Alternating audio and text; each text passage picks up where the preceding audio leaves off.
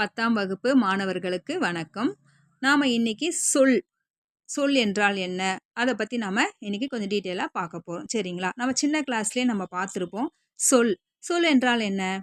இது எல்லாருக்குமே தெரிஞ்ச ஒரு விஷயம்தான். சொல் என்பது ஓர் எழுத்து தனித்து நின்றோ பல எழுத்துக்கள் சேர்ந்து நின்றோ பொருள் தருவது சொல். ஒரு எழுத்து தனித்து நின்றுனா என்னது? இப்போ பாருங்க, எக்ஸாம்பிளுக்கு பூ. பூ என்பது என்னது? அங்கே ஒரே ஒரு எழுத்து தான். ஆனால் அதற்கு நமக்கு பொருள் தெரியுமா என்றால் என்ன? பூ என்றால் என்ன? தலையில் சூடுகின்ற ஒரு மலர். சரியா? ஒரு எழுத்து தனித்து நின்று பல எழுத்துக்கள் சேர்ந்து நின்று, பல எழுத்துக்கள் ஒன்று அல்லது ஒன்று என்பது தனித்து நின்றும் பொருள் தரும். ஒன்றுக்கு மேற்பட்ட எழுத்துக்கள் 2 எழுத்தாகவும் இருக்கலாம், 3 எழுத்தாகவும் இருக்கலாம். இப்படி தொடர்ந்து நின்று பொருள் தருவது சொல். சரிங்களா? இப்போ பாருங்க, பூ மலர்ந்தது, மாடு புல் தின்றது. இப்போ இதில் பாருங்க, ஓர் எழுத்து தனித்தோ பல எழுத்துக்கள் சேர்ந்தோ பொருள் தரும் வகையில் அமைவது சொல் ஆகும். இது நமக்கு நல்லா தெரிஞ்சிருக்கும். இரு திணைகளையும் 5 பால்களையும் குறிக்கும். இரு திணைகள் என்றால் என்ன? என்னது? அஃறிணை, உயர்திணை. 5 பால்கள் என்னென்ன பால்கள்? ஆண்பால், பெண்பால், பலர்பால், ஒன்றன்பால், பலவின்பால். இதெல்லாம் நம்ம சின்ன கிளாஸ்லேயே படிச்சிருப்போம். சரிங்களா? மூவகை இடங்களிலும் வரும். என்னென்ன இடம்? தன்மை, முன்னிலை, படர்க்கை. உலக வழக்கிலும் செய்யுள் வழக்கிலும் வரும். வெளிப்படையாகவும் குறிப்பாகவும் விளக்கும். அது சொல் சில சொற்கள் சொன்னால் வெளிப்படையாகவே புரிஞ்சுக்கலாம். சிலது குறிப்பாக சொன்னால் மட்டுமே நம்மளால் குறிப்பை வச்சுட்டும் புரிஞ்சுக்க முடியும். இப்போ பாருங்க, அது மூவகை மொழி. என்னென்ன மூவகை மொழி என்றால் என்ன?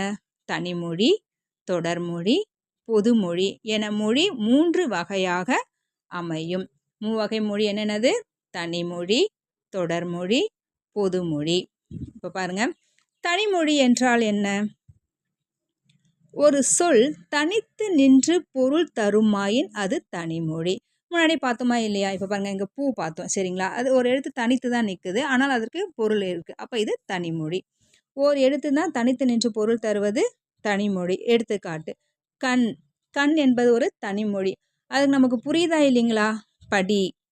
இப்போ கண்ணன் படித்தான். இப்போ பாருங்க, பிரித்தால் பொருள் தருவது பகுபதம், பிரித்தால் பொருள் தராதது பகாபதம். இது நம்ம கொஞ்சம் அப்புறமா டீட்டெயிலாக பார்த்துக்கலாம். தொடர்மொழி 2 அல்லது அதற்கு மேற்பட்ட தனிமொழிகள் தொடர்ந்து வந்து பொருள் தருவது தொடர்மொழி ஆகும். எடுத்துக்காட்டு, கண்ணன் வந்தான். இங்கே தனிமொழியில் கண்ணன் மட்டும்தான் இருக்குது. இங்கே கண்ணன் வந்தான் தொடர்ந்து அடுத்த மொழியும் வருது. சரிங்களா? மலர் வீட்டுக்கு சென்றாள். இப்போ மலர் என்பது தனிமொழி, வீட்டிற்கு சென்றால் தொடர்மொழி.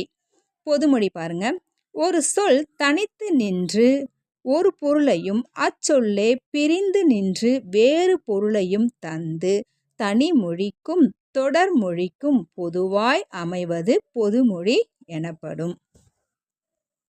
8. இப்போ பாருங்க, தனித்து நிற்கும் போது 8 என்ற எண்ணை குறிக்கின்றது. 8 என்பது என்னது? ஒரு நம்பர். சரியா? 8 என்பது நமக்கு ஒரு நம்பர். அதுவே பாருங்க, அது பிரிச்சா என்ன பாருங்க, எல் கூட்டல் தூ எனும் தொடர்மொழியாக பிரிந்து நின்று எல்லை உன் என பொருள் தருகின்றது. அதை பிரிக்கும் போது என்னது? எல்லை உன் என பொருள் தருகிறது. வேங்கை. வேங்கை என்பது என்னது? தனித்து நிற்கும் போது வேங்கை என்னும் மரத்தை குறிக்கின்றது. வேங்கை என்பது தனித்து நிற்கும் போது வேங்கை, வேங்கைன்றது ஒரு மரம் என்னும் மரத்தை குறிக்கின்றது.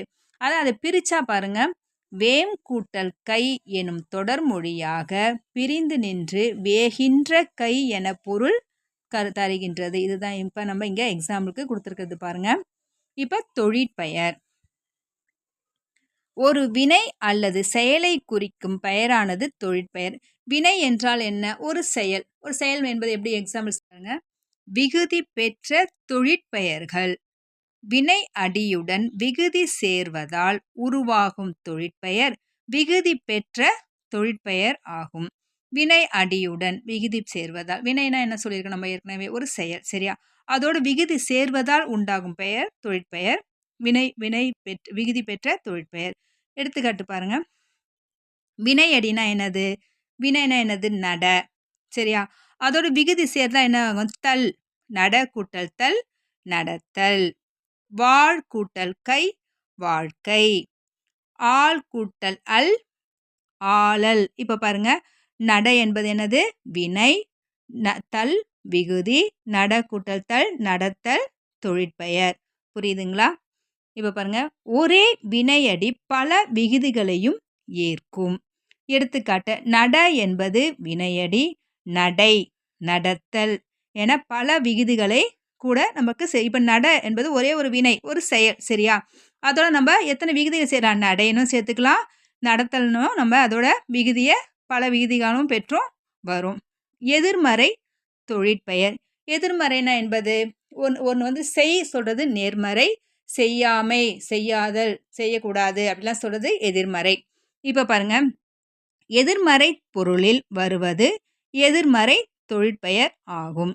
நடவாமை, கொல்லாமை அதெல்லாம் வந்துட்டு எதிர்மறையாக வருதால் இது எதிர்மறை தொழிற்பெயர். இப்போ பாருங்க, முதநிலை தொழிற்பெயர். விகுதி பெறாமல் வினை பகுதியை தொழிற்பெயராதல் முதநிலை தொழிற்பெயராகும். தட்டு, உரை, அடி இச்சொற்கள் முறையே தட்டுதல், உரைத்தல், அடித்தல் என்று பொருள்படும்போது முதநிலை தொழிற்பெயர்கள் ஆகின்றன. முதநிலை திரிந்த தொழிற்பெயர். ஃபர்ஸ்ட் நம்ம முதநிலை தொழிற்பெயர்னா என்னதுன்னு பார்த்துட்டோம். இப்போ அது திரிந்த தொழிற்பெயர்னு பாருங்க. விகுதி பெறாமல் முதநிலை திரிந்து வரும் தொழிற்பெயர் முதநிலை திரிந்த தொழிற்பெயர் ஆகும். எடுத்துக்காட்டு, பேரு. இப்போ பாருங்க, இதில் தொழிற்பெயர்னா என்னது, முதநிலைனா என்னது, திரிந்த தொழிற்பெயர் என்னதுன்னு பார்க்க போகிறோம். கெடுதல், கெடு, கேடு. இப்போ தொழிற்பெயரில் தல் தல் லாஸ்ட்டில் முடிஞ்சாலே நீங்கள் அதை ஒரு டிப்ஸ் மாதிரி எடுத்துக்கலாம், தொழிற்பெயர்னு சொல்லலாம். இப்போ பாருங்க, கெடுதல், சுடுதல் இதெல்லாம் வந்துட்டு தொழிற்பெயர். முதநிலை என்னது, கெடு. அதில் வந்து விகுதி இல்லை, அப்போ கெடு. தல் இல்லை பார்த்தீங்களா, அப்போ கெடு, சுடு.